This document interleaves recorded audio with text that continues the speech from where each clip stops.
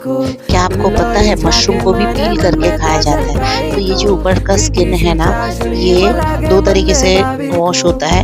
या तो आप एक इस तरीके से इसका स्किन जो है ऊपर का निकाल दीजिए, पील कर लीजिए, या तो फिर आप जो है आटा ले लीजिए और उसको ऊपर से है ना ऐसे डुबो के पूरी तरीके से ये ऐसे लगा के और उसको है ना ऐसे रब कीजिए, तो ऊपर का जो है लेयर चला जाएगा। तो ये 2 तरीका है आपको इस तरीके से मशरूम वॉश करने का। तो ये देखिए इस तरीके से वॉश कर लिया। इसके बाद आप अपने मनपसंद की सब्जी बना सकते हैं। Okay bye.